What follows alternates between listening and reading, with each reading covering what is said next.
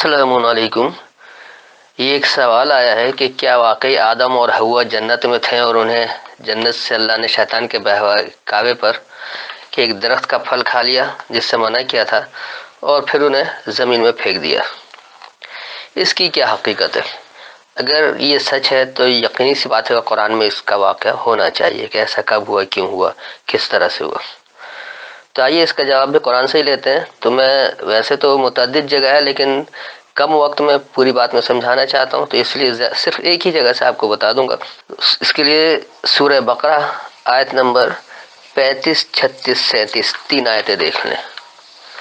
تو اس وقت میرے پاس حافظ نظر احمد والا ترجمہ ہے، پہلے میں ان کا ترجمہ بتا دوں گا، پھر جو میری فہم سے سمجھاؤں گا، اور آج کے دن یہ آیت کس طرح قابل تقلید ہے، کس طرح ہدایت پر عمل کیا جا سکتے ان آیتوں پر، اس کی وضاحت کر دوں گا۔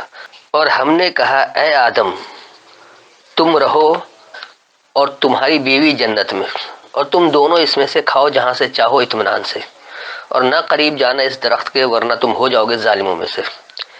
پھر شیطان نے ان دونوں کو پھسلایا اس سے، پھر انہیں نکلوا دیا اس جگہ سے جہاں وہ تھے، اور ہم نے کہا تم اتر جاؤ، تمہارے باز کے دشمن ہیں، اور تمہارے لیے زمین میں ٹھکانہ ہے، اور ایک وقت تک سامان زندگی ہے۔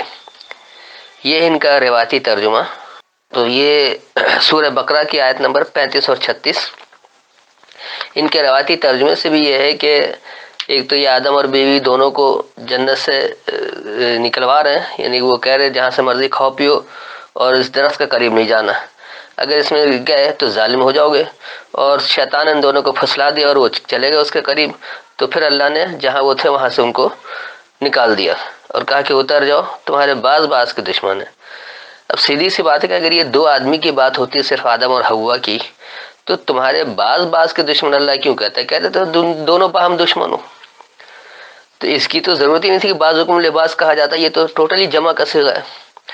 اس کے بعد کر کے تمہارے لیے زمین میں ٹھکانہ اور ایک وقت تک سامان زندگی، تو یقینی سی بات ہے کہ یہ آیت تو پھر اسی وقت کے متعلق ہو گیا۔ آج یہ آیت کیسے ہدایت دے سکتی ہے، یا آج یہ آیت کس طرح ہم اپنی زندگی میں عمل پیرا کر سکتے ہیں، اس آیت سے کیسے ہدایت لے سکتے ہیں؟ تو آئیے پہلے اس کی فہم سمجھیں۔ 35 اور 36۔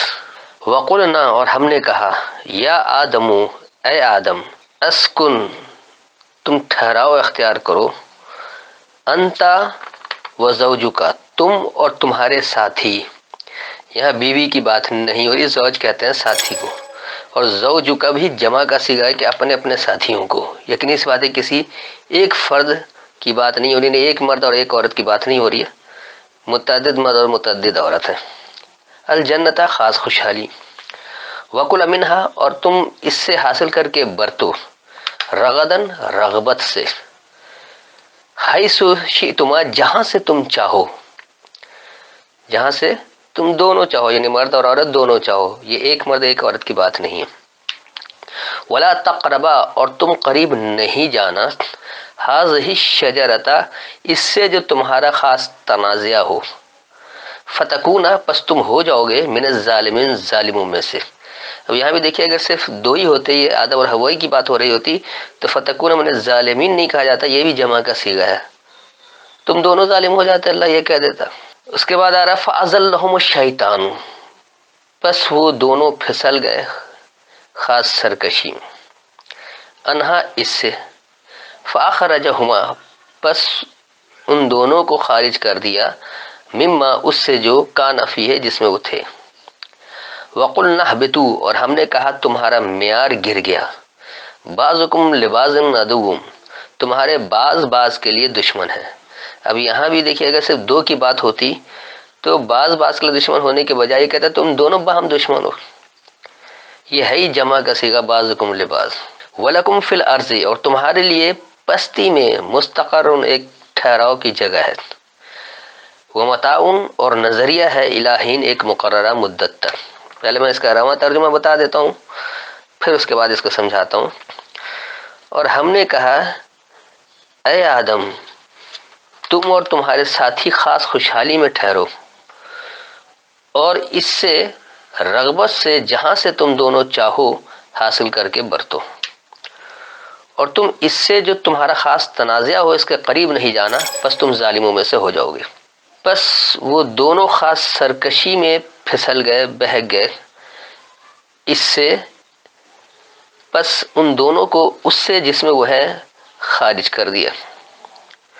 اور ہم نے کہا تم سب کا معیار گر گیا، تمہارے بعض بعض کے لیے دشمن ہیں، اور تمہارے لیے پستی میں ایک ٹھہرنے کا مقام ہے، یعنی ایک مقررہ مدت تک نظریہ ہے۔ تو یہ تو تھا اس کا رواں ترجمہ۔ اب دیکھیے یہ آیت کس طرح آج قابل ہدایت ہے۔ قرآن میں ایسی کوئی آیت ہے ہی نہیں جو آج کے دور میں ہدایت کے قابل نہ ہو، جس سے آج کے دور میں کوئی روشنی حاصل نہ کی جا سکے، جس سے آج کے دور میں کوئی سبق حاصل کر کے عمل کر کے اس کے نتائج نہ حاصل کی جا سکے۔ اس روایتی ترجمے سے یہ بالکل ایک ماضی کا قصہ اور ماضی کی بات رہ گئی، اس سے ہدایت حال کا قطعی تعلق نہیں ہے۔ جب حال کا تعلق ہی نہیں رکھا تو حال میں ہدایت کیسے لیں گے؟ اب یہاں دیکھیے بات کیا ہو رہی ہے۔ اللہ صاف کہہ رہا ہے کہ اے آدمو، اب یہ آدم مرد کا صیغہ، آدم کوئی نام نہیں ہے۔ اللہ آدم ان کو کہتا ہے جو پہلے انسان اللہ نے زمین سے اگائے تھے، جو اللہ نے انسانیت کی ابتدا کی، پہلے انسان جو ابتدائی انسان، اللہ ان کو آدم کہتا ہے۔ اس کے بعد ہم سب بنی آدم ہیں، یعنی آدم کی اولاد ہیں۔ تو آدم ہر وہ مرد اور عورت جو زمین سے اگا تھا، جس کو اللہ نے سورہ نوح میں کہا ہوا انبتکم فی الارض نباتا، اور ہم نے تمہیں زمین سے نباتات کی طرح اگایا۔ یہ سورہ نوح کی آیت نمبر 17 ہے۔ تو آدم پر میں پہلے ہی کر چکا ہوں کہ تخلیق آدم کس طرح سے ہوئی، اس پر ایک درس موجود ہے، اگر تفصیل چاہیے تو آپ ان درسوں کو سن لیں۔ تو یہاں پر بات یہ ہے کہ اللہ نے ان آدموں کو کہا جو مرد اور عورت کثیر تعداد میں تھے، جن کو اللہ نے زمین سے اگایا تھا، کہ تم اور تمہارے ساتھی جو ہیں وہ سب خاص خوشحالی میں ٹھہرے رہو، اور جہاں سے تم دونوں چاہو، یعنی مرد اور عورت دونوں، کیونکہ کسی کا کوئی نام نہیں تھا، مرد اور عورت انسان تھے، سب انسان تھے، تو تم دونوں طرح کے لوگ، جو چاہے مرد ہو یا عورت ہو، یعنی مؤنث ہو یا مذکر ہو، اس خوشحالی میں اس سے ہر چیز حاصل کر کے برتو، اور تم اس سے خاص تنازع نہیں، اس سے کیا یہ حاضر شجرت ہے، کیا اس سے جو تمہارا تنازع ہو۔ اللہ نے کتاب دے رکھی تھی، جب اللہ نے انسان کو بنایا تو اسے ہدایت کی کتاب بھی دی تھی، تو وہ جو ہدایت نامہ موجود تھا، اس ہدایت نامے سے تم اس کے تنازع نہیں پیدا کرنا، شجر کہتے ہیں تنازع کو۔ اور یہ بھی تصریف آیت سے یہ معنی نکلتا ہے، جب یہ سورہ نساء میں آتا ہے کہ حتی یحکموک فیما شجر بینہم، یہاں تک یہ تمہیں حاکم نہ بنا لے اپنے تنازع میں۔ تو اس کتاب سے اللہ نے یہ کہا کہ تمہیں جو ہدایت نامہ دیا ہے، جو ہدایت کی کتاب دی ہے، اس کتاب سے تم تنازع کے قریب نہیں جانا۔ اگر ایسا کرو نا، کتاب میں تنازع پیدا کرو گے تو کیا ہوگا؟ فتکون من الظالمین، پس تم ظالموں میں سے ہو جاؤ گے۔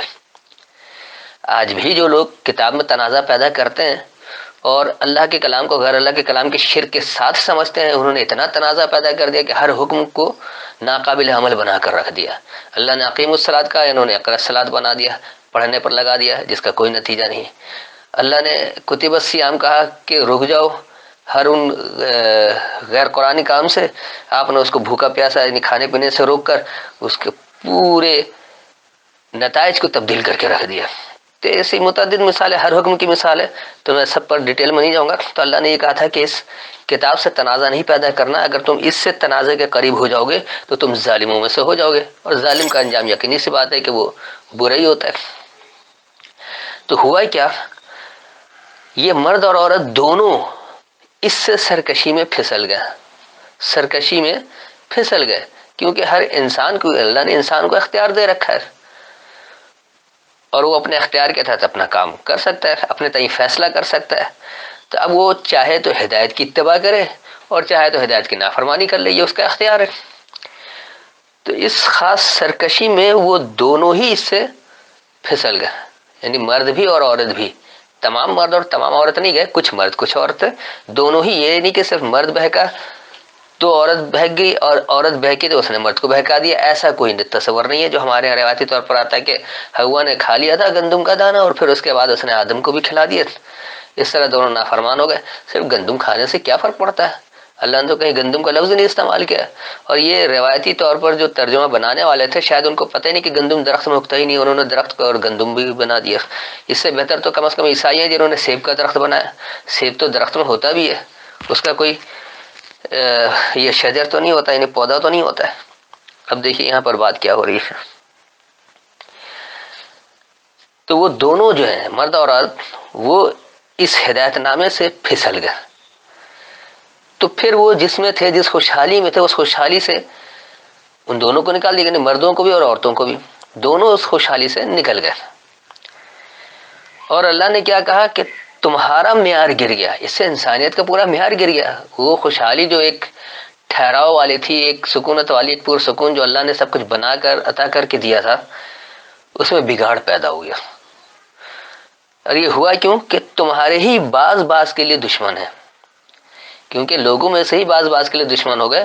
اگر وہ اخوت کا رشتہ برقرار رکھتے ہیں، ہم مقصدیت کا رشتہ برقرار رہتا ہے، اور اللہ کی ہی حاکمیت کا اقرار کیے ہوتے ہیں کہ حاکم تو صرف اللہ ہے، اپنی حاکمیت کا اعلان نہیں کرتے، یعنی لا الہ الا اللہ پر مکمل درآمد کرتے رہتے، تو یہ دشمنی نہیں پیدا ہوتی. جہاں لا الہ الا اللہ کا انکار ہوا، انہوں نے کہا کہ نہیں ہم بھی الہ ہیں، صرف اللہ الہ نہیں ہے، ہم بھی الہ ہیں، اپنی حاکمیت قائم کرنا چاہا، تو وہاں دشمنی عداوت پیدا ہوئی. اس سے نتیجہ کیا نکلا کہ اللہ نے کہا تمہارے لیے پستی میں استقرار کی جگہ ہے.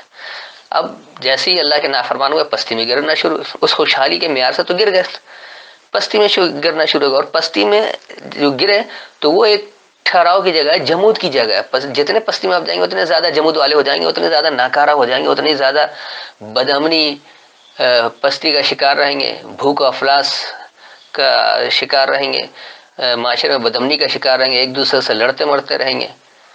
معاشرہ بھی تباہ، معیشت بھی تباہ، اخلاق بھی تباہ، ہر چیز تباہ ہو کر رہ جاتی. تو یہ ایک پستی میں استقرار آ جاتا ہے جب اللہ کے احکامات کی نافرمانی کرتے ہیں. اور یہ جو نظریہ ہے یہ ایک مقررہ مدت تک ہوگا، یعنی وہ مقررہ مدت تک جب تک آپ اللہ کے احکامات کی طرف پلٹ نہیں آتے.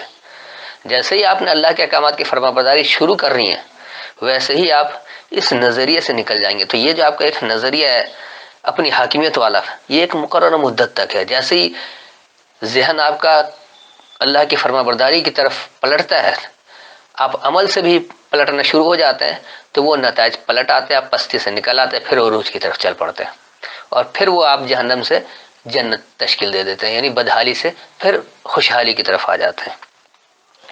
تو یہ ہے ایک تمام کیفیت. یعنی اس میں پہلی بات تو یہ کہ اللہ نے صرف آدم اور حوا کو یہ نام نہیں لیا، حوا تو قرآن میں لفظ ہی نہیں ہے، یہ ایک کہانی ہے. اللہ نے ہر وہ انسان جو ابتدائی انسان جو زمین سے اگے تھے ان کو آدم کہا ہے، اس میں مرد اور عورت دونوں شامل ہیں. اور یہ دونوں کو اللہ نے کہا تھا کہ چاہے مرد ہو یا عورت ہو، اس خوشحالی میں تم جہاں سے چاہو بڑی رغبت سے ساتھ ہر چیز حاصل کر کے برتو. شرط یہ تھی کہ اللہ کی فرما برداری اختیار کیے رہنا، اور جو اللہ نے ہدایت نامہ دیا ہے اس سے تنازع میں نہیں پڑنا، اس سے تنازع کے قریب بھی نہیں جانا. لیکن جیسے ہی تم نے اللہ کے احکامات میں، ہدایت نامے میں تنازع پیدا کیا اور اس تنازع کے قریب ہوتے رہے، یعنی عملی طور پر تنازع کو بڑھاوا دیتے رہے، تو پھر ظالموں میں سے ہو گئے. اور یہ جو ظلم کرنے پر آئے تو یہ سرکشی اختیار کیا کسی ایک فرد نے نہیں کیا، یا کسی مرد اور یا کسی عورت نے نہیں کیا، نہ کسی خاص جنس نے کیا، نہ کسی خاص شخص نے کیا، بلکہ اس میں دونوں ہی شامل تھے، کچھ مرد اور کچھ عورتیں دونوں ہی شامل تھیں، اور دنیا کے ہر خطے میں ایسا ہوا. تو یہ دونوں جب سرکشی میں بہکے تو وہ جس خوشحالی میں تھے وہ دونوں اس سے نکل گئے، مرد بھی اور عورت بھی، کوئی بھی خوشحالی میں نہیں رہا. اور اللہ نے پھر کہہ دیا کہ تمہارا معیار تو گر گیا ہے، تمہارے ہی بعض کے لیے دشمن ہے. یہ اگر بعض اپنے بعض کی دشمنی ختم کر دیں، اپنی الہیت کا انکار کر دیں اور خالص اللہ کے الہ ہونے کا قائل ہو جائیں، اس کے اوپر عمل پیرا ہو جائیں، تو واپس خوشحالی میں آ جائیں گے. تو یہ جو کچھ عداوت پیدا ہوتی ہے نافرمانی اختیار کرنے کی وجہ سے، تو اس کا نتیجہ یہ نکلتا ہے کہ پھر پستی میں آپ ٹھہراؤ میں آ جاتے ہیں، ایک مسلسل پستی کی طرف جا رہے ہوتے ہیں، پستی ہی آپ کے استقرار کی جگہ ہو جاتی ہے، ٹھہرنے کی جگہ ہو جاتی ہے. اور یہ نظریہ اس مقررہ وقت تک رہے گا جب تک آپ اللہ کے احکامات کی فرما برداری نہیں اختیار کریں گے. جیسے ہی فرما برداری اختیار کریں گے یہ نظریہ آپ کا دفن ہو جائے گا، کیونکہ آپ اللہ کے نظریے کے پابند ہو جائیں گے، سلامتی والے نظام کی طرف آ جائیں گے، دین اسلام کی طرف آ جائیں گے، تو وہ پھر آپ کو واپس خوشحالی کی طرف لے جائے گا، جنت کی طرف لے جائے گا. پھر بھی کوئی تشنگی رہ گئی ہو تو بعد میں سوال کر سکتے ہیں. السلام علیکم.